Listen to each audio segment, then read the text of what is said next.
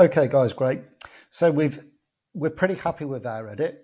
We've cropped it and we've saved it as a PSD and a JPEG. Okay, now we've done that, I'm going to open up the JPEG file. So I'm going to close down my Photoshop file because what I want now for the last few adjustments is a flattened version of a file that I'm happy with. So I'm going to close this one down and then I'm just going to open up the JPEG.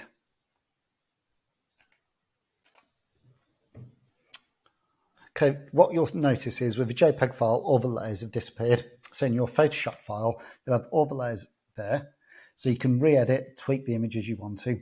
With the JPEG, you've just got that one layer left, which is better for what we're going to move on to now.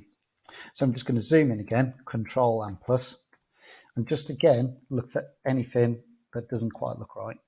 So looking at the image at the top here, we've just got a bit of hair, strange sort of hair that's been left over on the side. So we're going to try and get rid of that now. We're going to use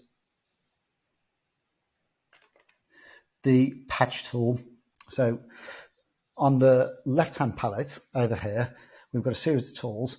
Sometimes they don't always display the one you want. So you'll notice there's little arrows in the bottom corners of them. If you right-click on that tool, you'll have access to the other tool option. So we're going to select patch tool. And to get rid of that bit of hair, we're going to draw around that odd bit of hair, like so. And then we're just going to move that to an area where it's essentially clear, free of any hair. And then Photoshop will sort of automatically patch that bit in. And you can use that for anywhere on that background where you think you've got any marks. So if there's anything you're not happy with, just clicking on the hand tool so I can just move it around, check if there's any other marks in the background. Okay, nothing significant. The rest of the image looks good. The color correction looks good. I think we've done a really good job on it. So I'm going to zoom out a little bit and I'm just going to add a couple of little adjustment layers. So I'm going to add one for selective color. So again, we click on the adjustment layer option down here. It's a circle which is half light, half dark. Click selective color, and what that allows us to do is just alter specific color channels within the image.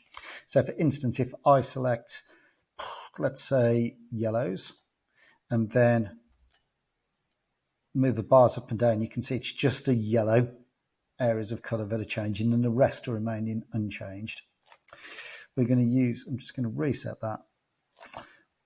What we're interested in is white ones to start with. So I'm going to add, select white, and I'm going to take the black out of the white. And what you should notice is the background goes really clear, really white then, which makes the image look a little bit crisper. But we don't want the portrait this pale. So again, we're going to use our brush tool, black paint, hardness of the brush all the way down. I'm just going to paint on the bits I don't want to go really pale. So in this case, the face and the portrait areas in black.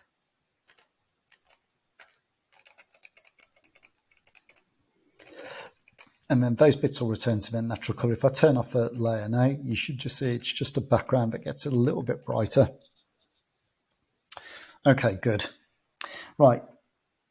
Finally, we could sharpen the image. So I'm just going to show you how to do that now. I'm going to click on the layer itself, right click, duplicate layer. And that's going to give me a copy of the layer. And I'm going to go to filter, other, and select high pass. So on the second layer, the top layer, filter, other, high pass. Okay, and that's going to add this sort of grayed out sort of image over the top. For sharpening, we want the high pass layer set to somewhere between 5 and 10. 10 is really going to sharpen it. 5, just sharpen it a little bit. I'm going to leave it at 10 for now. Click OK. And then we're going to change the layer blend mode, which we've again already done. So we're going to go up on the layer palette up to here where it says normal. And you can set it to either overlay or soft light. Overlay will make it more obvious what you've done. Soft light, softer, less obvious. We'll start with overlay, and I'm just going to zoom in, Control plus. And what you should see if I turn that layer on and off is it looks really sharp in areas around the main bits of the features. The disadvantage of this is it's also going to highlight sort of any imperfections in the skin tone. So it's going to highlight any changes in pores and skin areas like that. So again, we perhaps want to add a layer mask so that we can be selective about which bits we bring it through on. I'm going to change the mode from overlay to soft light so it's a little bit softer, so it's not quite as dramatic. And then I'm going to add a layer mask onto the layer. So again, just on the layer palette, the rectangle with a circle in the middle. Now, anywhere I paint on in black is going to hide that layer. So in effect, it's going to get rid of the sharpening. So we want to get rid of the sharpening on the skin tone areas only. The hair we want sharper, the features of eyes, the lips we might want a little bit sharper, the clothing we could leave sharper if we wanted to. So just on the skin tone areas then, I'm going to start at the top. I'm going to use the black paint brush tool, making sure that hardness is all the way down and paint on in black anywhere I want to lose that effect. Use your bracket keys as you're working to keep altering the brush size to get in different areas.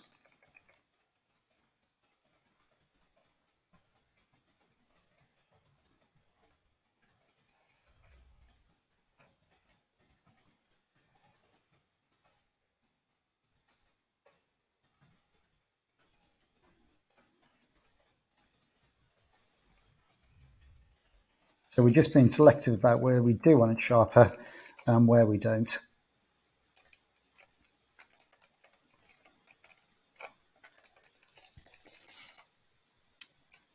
Okay, I'm just going to turn that layer off and on again so you can see the effect it has. You'll notice in particular on the hair, the hair, the eyes and the lips, it just makes them even sharper. Of course, you could adjust the opacity of that layer as well to affect how much or exactly how much sharpening effect it has. Okay, if you've got to that stage, really well done. You've done a great job.